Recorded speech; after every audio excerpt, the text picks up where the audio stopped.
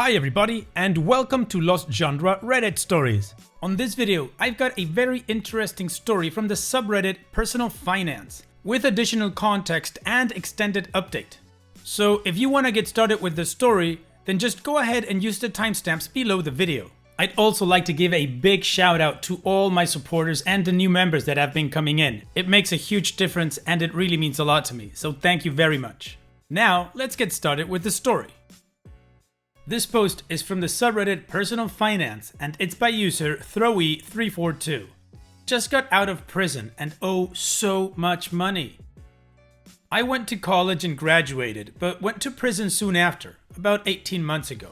I just got out on parole and I'm looking at the aftermath of my finances. I'm getting so many letters and calls from so many different companies, I don't even know where to begin. I know I had 3 credit cards, 2 from Wells Fargo and 1 from Capital One. Apparently, Capital One sold off my debt a while back, but Wells Fargo still has mine? Student loans are all over the place.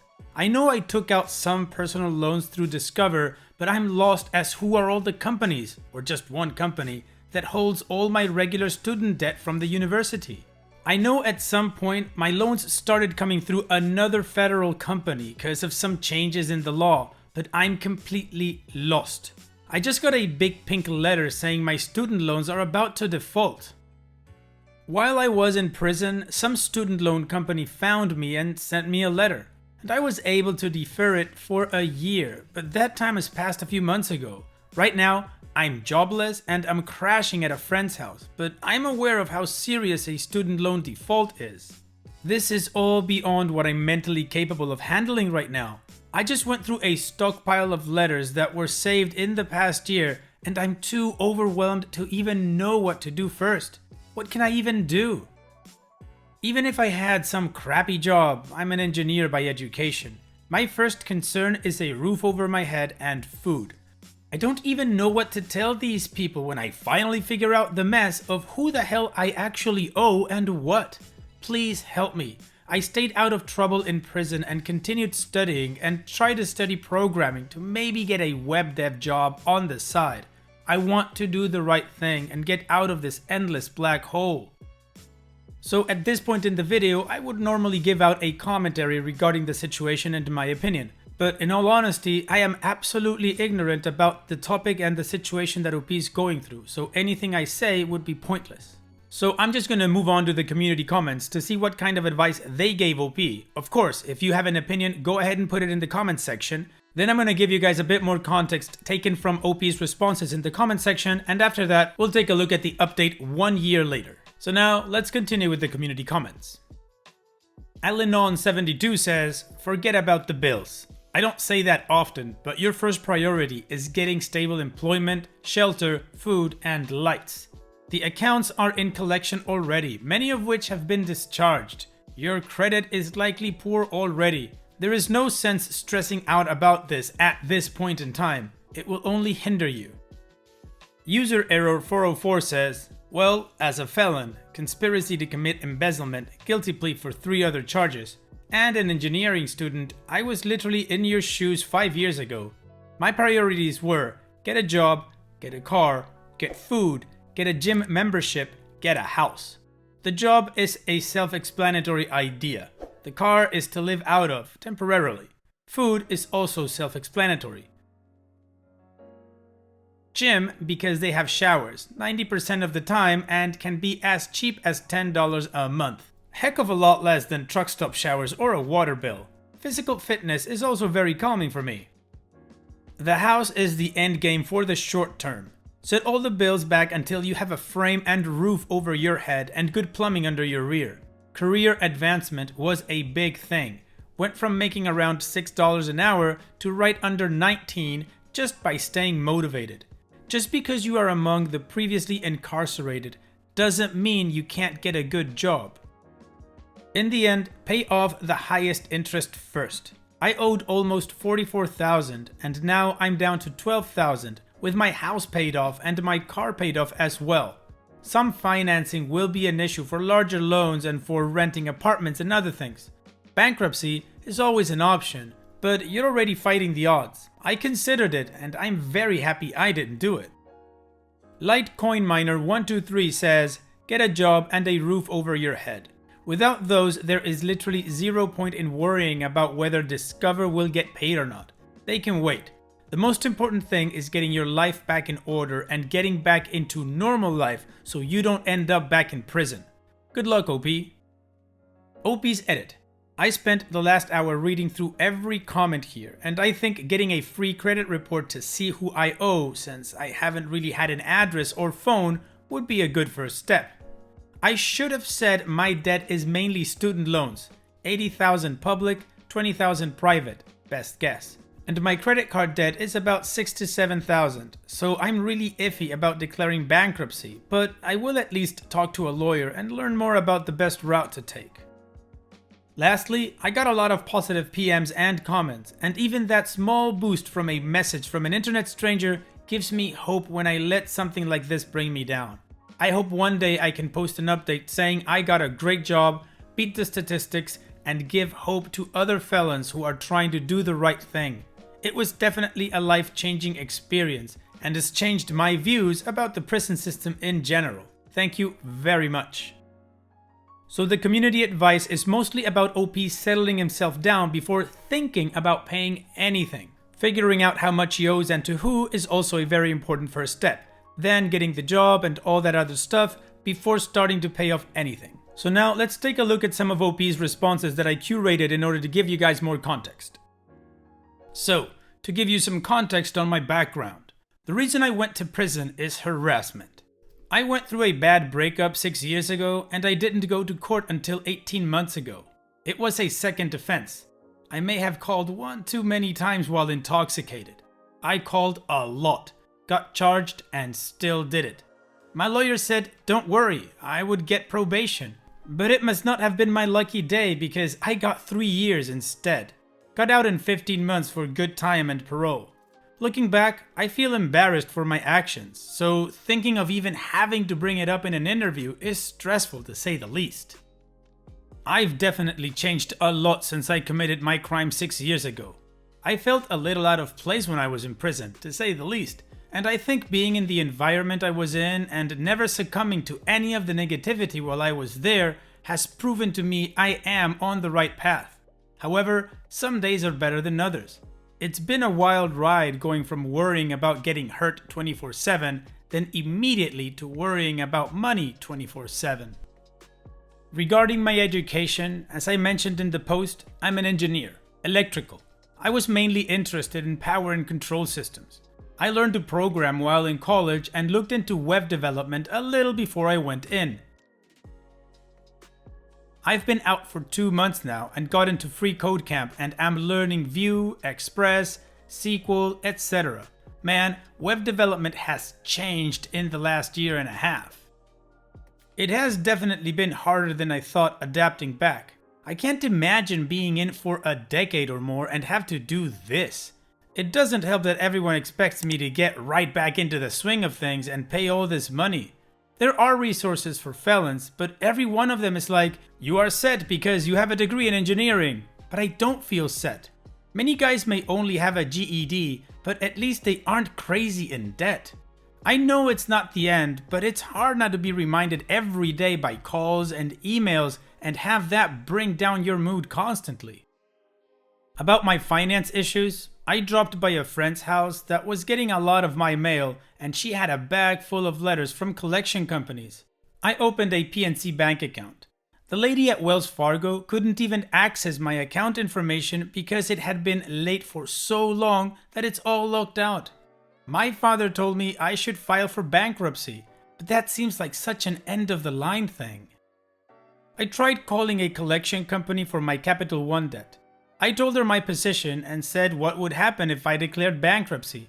And she seemed to get pissed off and told me when I get a job and can pay payments to give her a call, and hung up. I called Heartland ECSI about my student loans, the pink letter. And the lady said the debt was transferred or whatever and gave me a number, but it was the wrong number. She said it was some company called Williams & Fudge, I think. This doesn't seem to be going well.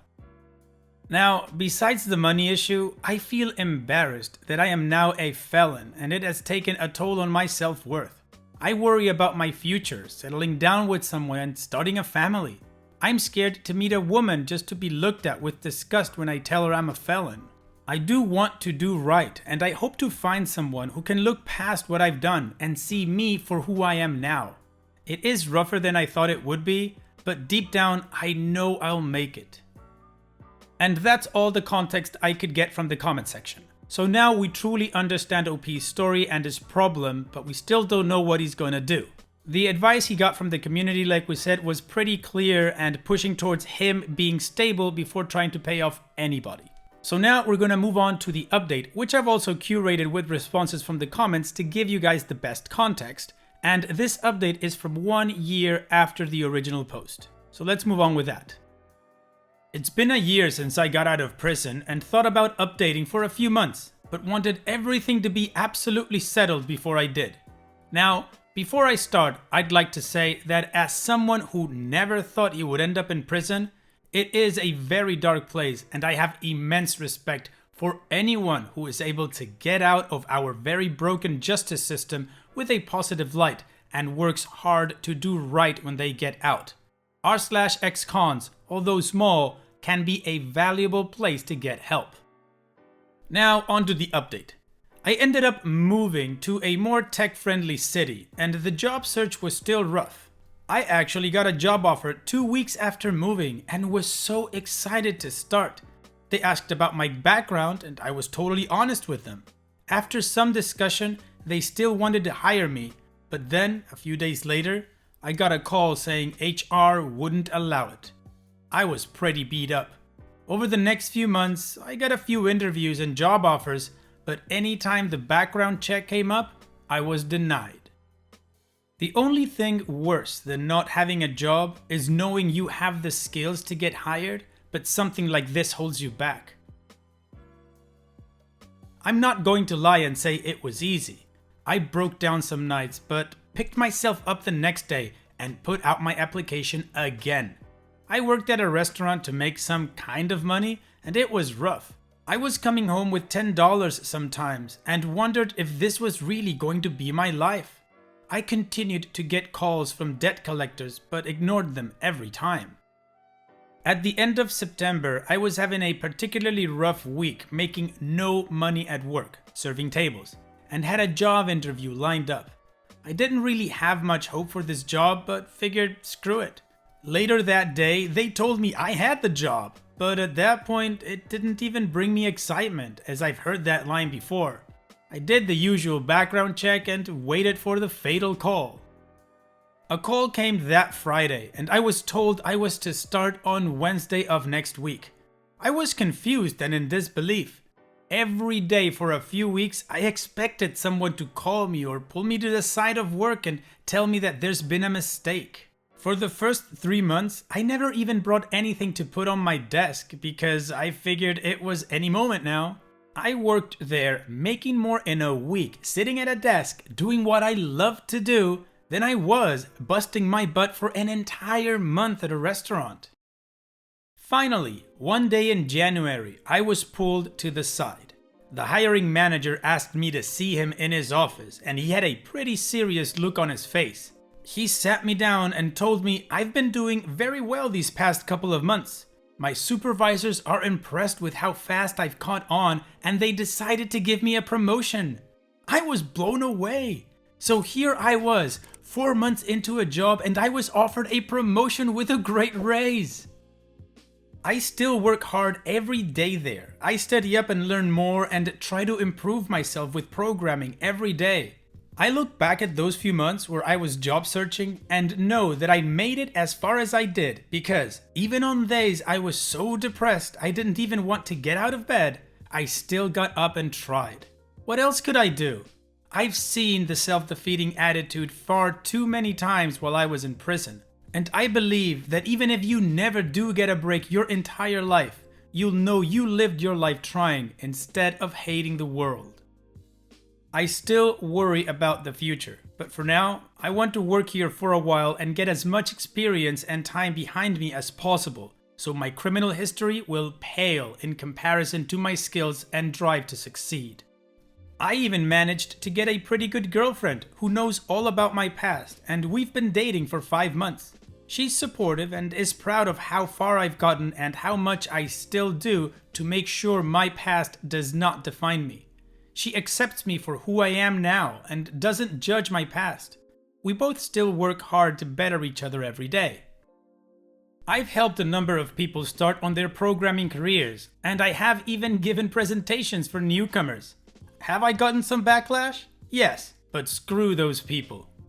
As for my loans, I saved up an emergency fund for 6 months, and as of 2 weeks ago, I paid the last bit I owe on my credit card.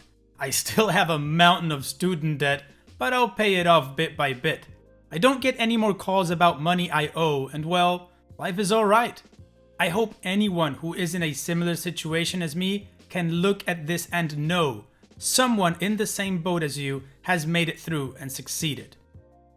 Wow, OP, there's only one word. Congratulations. You are making it. You're, like you say, you're still under a pile of debt, but you're working at it, and I think with your attitude, you will get it done.